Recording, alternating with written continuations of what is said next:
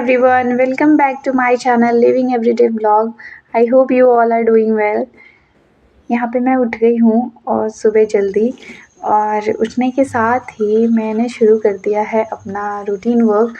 देखिए मैं हमेशा बोलती हूँ कि मैं अपने टाइम को थोड़ा-सा मार्जिन के साथ लेके चलती हूँ ताकि मैं आराम से काम भी कर लूँ और टाइम से सबको स्कूल और ऑफ़िस भेज दूँ।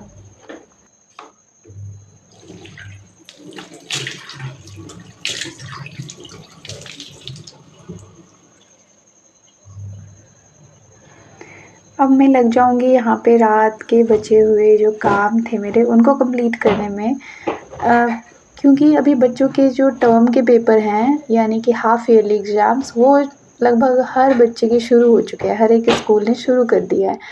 तो इस करके मैं दिन में थोड़ा-सा फ्री रहने की कोशिश कर रही हूँ कि थोड़ा-सा मैं टाइम अपने पास रखूँ और मैं अपने बच्चों की पढ़ाई पे फ़ोकस कर सकूँ।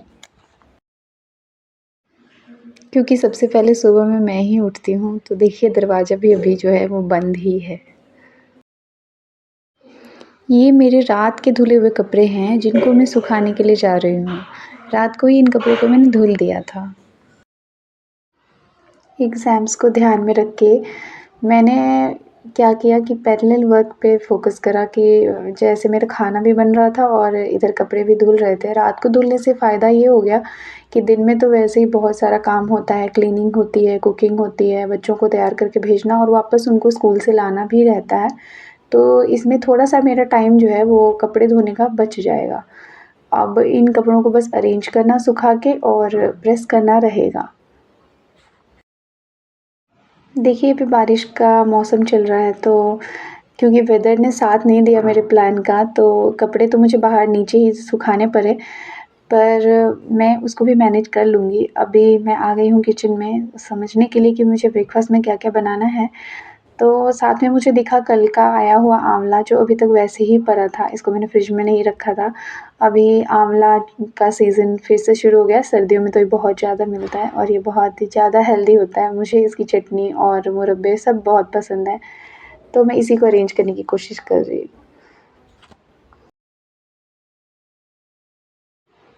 मेरे घर में सबसे पहले जो घर से निकलता है वो है तृषा। तो तृषा को की आज छुट्टी है, प्रिपरेशन हॉलिडे मिला हुआ है उसको और अद्विका मेरी छोटी वाली बेटी की भी छुट्टी है। तो वो दोनों आज स्कूल नहीं जाएँगे और हस्बैंड जाएँगे और अपूर्व जाएगा स्कूल। तो मैंने सोचा कि चलो आज 2 लंच बॉक्स पैक करने हैं बस। इस वजह से मैं जो सुबह का टाइम था वो थोड़ा-सा टेस्ट बनाने में लगा दिया, ताकि मैं ये जब काम करती रहूँ तो तृषा अपना टेस्ट कंप्लीट कर ले और मैं फिर जाके उसको चेक कर लूँ।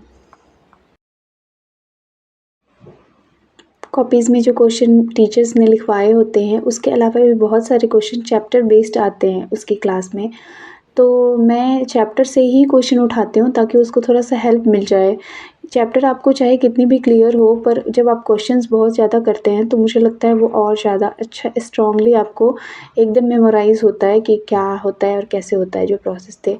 हाउएवर आज तृषा की कल साइंस का पेपर है तो उसी के लिए मैंने टेस्ट वगैरह बना के और मैं आ गई हूँ किचन में। आज मैं बना रही हूँ दाल वाले स्टफ़्ड पराठे और सब्ज़ी रोटी जो मेरे हस्बैंड के लंच में जाएगी और ये दाल वाले पराठे अभी सुबह में हम लोग ब्रेकफ़ास्ट में खा लेंगे। ये जो दाल मैं तैयार कर रही हूँ पराठे बनाने के लिए, इसको जब ग्राइंड कर दूँगी तो ये बहुत सारा हो जाएगा। एक दिन में इतना सारा ख़त्म नहीं होगा, इसको मैं फ्रिज कर लूँगी। इसको मैं कई दिनों तक फ्रीज़ कर सकती हूँ क्योंकि ये जल्दी से ख़राब नहीं होता है और क्योंकि ये सोक्ड होता है फिर फ्राई करके तेल में और फिर उसको पीसा जाता है तो मॉइस्चर बिल्कुल नहीं होता है इसमें, तो ये ख़राब नहीं होता है। तो मैं इसको रखी रहूँगी फ्रिज में और जभी भी अभी मुझे 2-3 दिन में इसको यूज़ करना रहेगा, मैं अगेन इसको यूज़ कर सकती हूँ। देखिए फ्रेंड्स, मैंने इस दाल को तैयार करके दोबारा से अपने टाइम को थोड़ा-सा सेव कर लिया है। अब जो सुबह का ब्रेकफ़ास्ट है, उसमें एक दिन तो आज बन जाएगी दाल वाले पराठे और एक दिन और भी बन सकेगा क्योंकि बहुत सारा दाल हो जाएगा पीसने के बाद। मॉर्निंग का जो टाइम है हम इसी तरह थोड़ा-थोड़ा बचा लेते हैं कि रात को आधी प्रिपरेशन जो है वो हमारी हो जाती है। जैसे रात को मैंने दाल सोक करके रख दिया था और साथ में आलू पील करके रख दिया था। कट करके नहीं रखती हूँ क्योंकि वो ब्लैक सा हो जाता है, तो इसलिए मैं कट करके नहीं रखती हूँ, सिर्फ पील करके रख देती हूँ। और गोभी वगैरह काट करके सब कुछ मैंने रख दिया था। सब्ज़ी मेरी रेडी थी, ब्रेकफ़ास्ट के लिए पता था कि क्या बनाना है, तो मेरा काम जो है वो ईज़ी हो गया।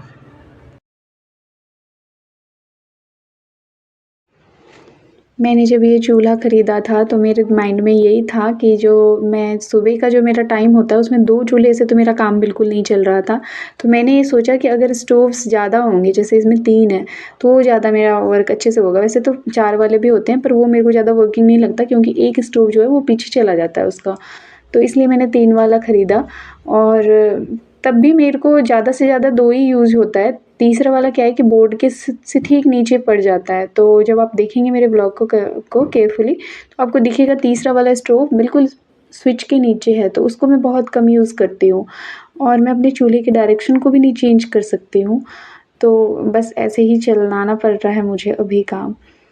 चलिए साथ में मैं सब्ज़ी भी बना ले रही हूँ, आटा मैंने तैयार करके रख लिया है। अब सब्ज़ी बनाते-बनाते मैं कुछ रोटियाँ बनाऊँगी जो कि हस्बैंड के लंच में जाएगा और फिर बनाऊँगी मैं दाल वाले वही स्टफ़्ड पराठे जिसके दाल मैंने अभी-अभी रेडी करे हैं। यहाँ पर मैंने रोटी और पराठे के लिए अलग-अलग आटा लगाया था।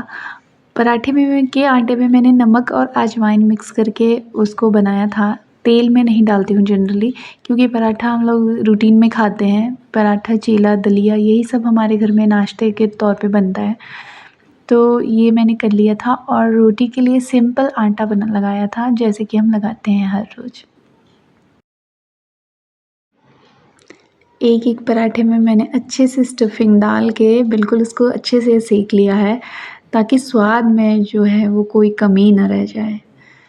बेसिकली हमारे यहाँ पे इन पराठों को पूरी की तरह तेल में डाल के सरसों के तेल में डाल के तला जाता है और वो बहुत ही ज़्यादा स्वादिष्ट बनते हैं। मैं क्योंकि रूटीन में बनाती रहती हूँ, अभी ये जो दाल है वो अभी-अभी ख़त्म हुआ था 2-3 दिन पहले मैंने अभी दोबारा से बना लिया क्योंकि मेरे घर में पसंद किया जाता है खाना। तो इसलिए मैं उसको हर रोज़ तल के खिलाने से अच्छा पराठे के जैसे सेंक लेती हूँ और फिर बना के खिला देती हूँ। इससे क्या होता है कि जो दाल के पराठे खाने की क्रेविंग है, वो भी सैटिस्फ़ाई हो जाती है और बहुत ज़्यादा ऑयली खाना भी नहीं खाते हैं। चलिए कभी-कभी मैं वो वाली पूरी भी तलती हूँ, वो मैं भी आपको दिखाऊँगी किसी और ब्लॉग में और क्योंकि मेरी ब्लॉग्स रूटीन में नहीं आती हैं, इसलिए आपको बहुत सारी चीज़ों का नहीं पता चलता है।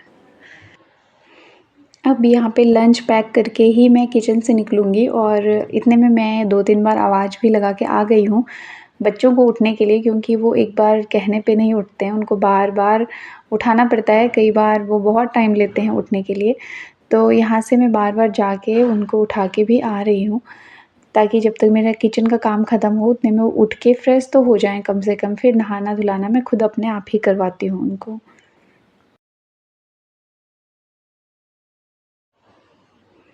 ये देखिए कभी-कभी स्टक होके ये पूरियाँ फट भी जाती हैं, पर ये फ़ायदा हो जाता है मतलब जब आप तलते नहीं हो पूरियों को, तवे पे सेकते हो तो वो दाल बाहर नहीं बिखरता है, उसी में रहता है अगर वो पराठे अगर फट भी गए हैं तो भी।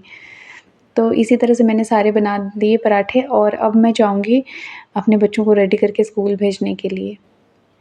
दूसरी तरफ सब्ज़ी भी बन रही है हस्बैंड के लंच के लिए, तो ये सारे प्रिपरेशन मैं करके सबके लंच बॉक्स पैक करके फिर निकलूँगी किचन से सो दैट मैं किचन में दोबारा आके मेरा और काम कोई रह ना जाए, मैं सब कुछ ख़त्म कर ले लूँगी बस ब्रेकफ़ास्ट लगाने का काम रह जाएगा।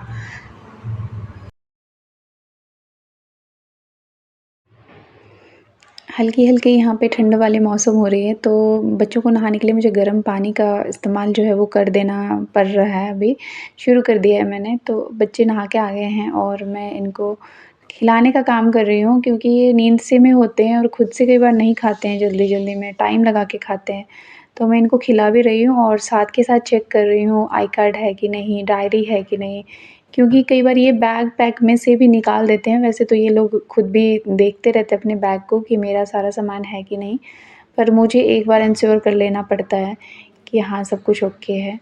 चलो भगवान को प्रणाम करके मैं इनको लेके निकल जाऊँगी। और ये बैग का ना ज़िप एकदम से परेशान कर रहा था मुझे, बार-बार खुल जा रहा था। तो मुझे फिर बाद में बुक्स को चेंज करके दूसरे बैग में बैग लेना पड़ा मुझे। ये मैं वापस आ गई हूँ अपूर्व को लेके भी। बीच का मैंने आपको कुछ भी नहीं दिखाया है क्योंकि ब्लॉग बहुत ज़्यादा लंबा हो जाता। तो अभी मैं आ गई हूँ और क्योंकि बारिश हो रही थी तो छाता साथ में लेके जाना पड़ रहा था मुझे।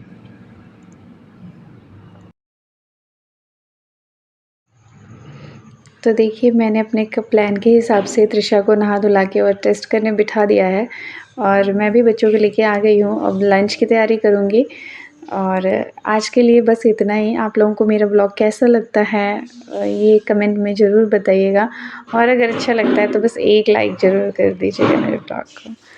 थैंक यू वॉच करने के लिए और बाय-बाय।